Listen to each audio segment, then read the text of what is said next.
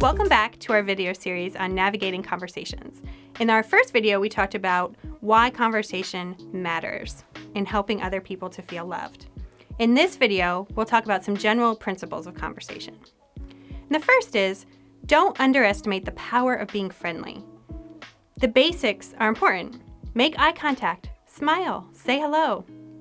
Imagine yourself walking down a hallway and there's someone walking toward you in the opposite direction. If you completely ignore that person, that communicates something very different than simply smiling, making eye contact, and saying hello. Those are simple ways that we can communicate to others that we're kind and approachable, that we're aware of others around us, and that we're interested in them. Second, be aware of how you present yourself to others. Be fully present and attentive to the other person. People know when they have our attention and when they don't, especially in this day and age of digital distractions. So stop, put your phone down, and give the person your full attention. Be aware of your body language. Things like leaning forward slightly, nodding, and your facial expressions all communicate interest in the other person. Your tone of voice. How you say something communicates meaning and intention. If we're talking about general conversation skills, we have to talk about small talk. And as an introvert, I bristle at that phrase, but small talk is a means of connection, and small connections can lead to deeper connections. The first point about small talk is that context matters. Sometimes the purpose of engaging in small talk isn't about making deeper connections. It's simply about communicating friendliness and recognizing that you see and acknowledge the other person.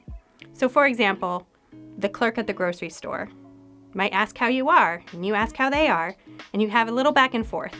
And it's just about being friendly. Secondly, start with being curious.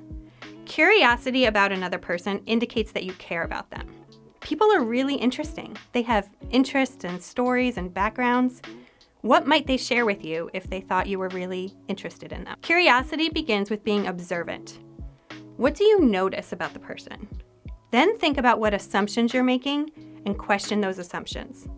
So for example, maybe you see a mom that you know and she looks a bit frazzled and stressed. You can simply ask, "How was your morning?" But that starts with observing and noticing and asking a question. Being observant and curious is a skill that can be developed through practice. And if small talk is not your thing, like me, you can steer the conversation in a way where you can be genuinely interested. So for example, maybe someone is talking about fishing and you don't care about fishing at all, but relationships matter to you. So after they've talked about fishing for a little bit, you can say, "So who taught you all about fishing?" and steer the direction of the conversation where you want it to go. Finally, have some go-to conversation starters. Some examples might be, "How are things at work or school? What have you been up to today? What do you have going on today?" Just keep those questions kind of in your back pocket to pull out when you need them. Let's move on to discuss some specific skills that you can use to help others feel loved through conversations. The first is asking open-ended questions. Open-ended questions are questions that can't be answered with one word. So instead of saying, "Did you like the movie?" you could say, "What did you think of the movie?" This doesn't mean that you can't ask questions that can be answered with one word, but asking open-ended questions gets the other person to open up more, and it gives you more material that you can ask a follow-up question about. Another skill is rephrasing questions. People tend to get defensive when you ask them a question starting with why. So you want to rephrase the question to start with either how or what. So for example, instead of saying, "Why'd you do that?" you might say, "How'd you come to that decision?" Or "What brought you to that conclusion?" And even there, tone of voice matters, because it means something really different if I say, "What brought you to that conclusion?" Another skill is listening to understand, not to respond, argue, correct, or fix. And for some of us, that might be a mental shift that requires some practice. Most of us listen to respond rather than to understand. One way we can do this is to ask clarifying questions. We tend to make assumptions, especially when we're talking to someone we know well, or if they're sharing a story that we can relate with, something that we've experienced as well. So instead of assuming, we want to ask clarifying questions.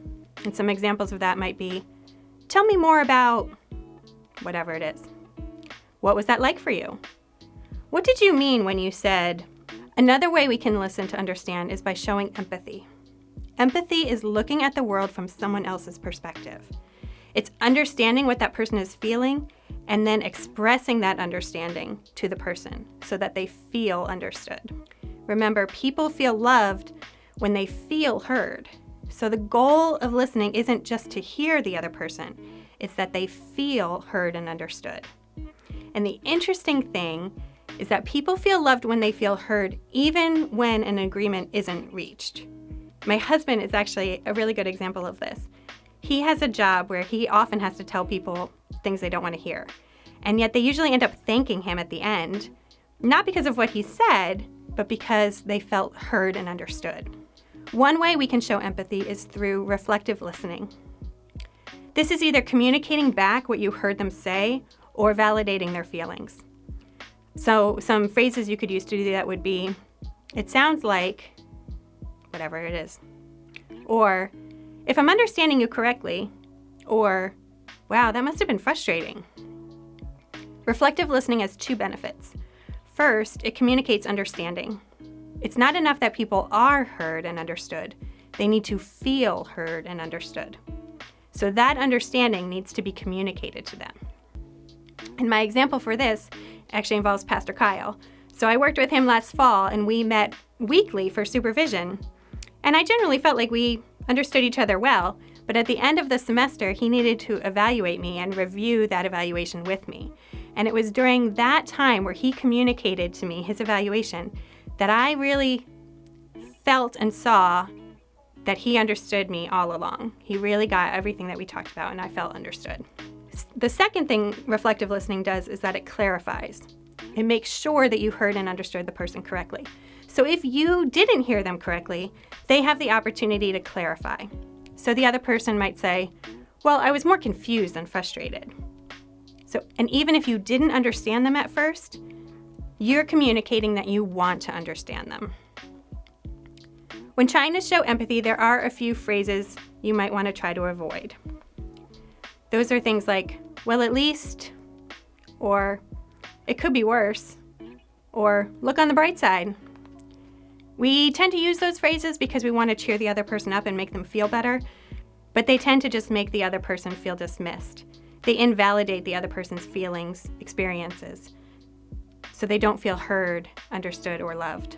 The last topic we'll talk about is the flow of conversation. When someone is sharing something with us, we don't want to make the conversation about us. We want the other person to feel heard. The analogy here to think about is a game of pinball rather than volleyball. In a volleyball conversation, the two parties take turns sharing about themselves. Instead, picture the conversation like a pinball game. The conversation is the ball, and you're the flippers at the bottom. So the other person shares, the conversation comes back to you, and you deflect it back to the other person with a question or a reflective statement. But conversations don't need to be one-sided either. That tends to make other people feel interrogated.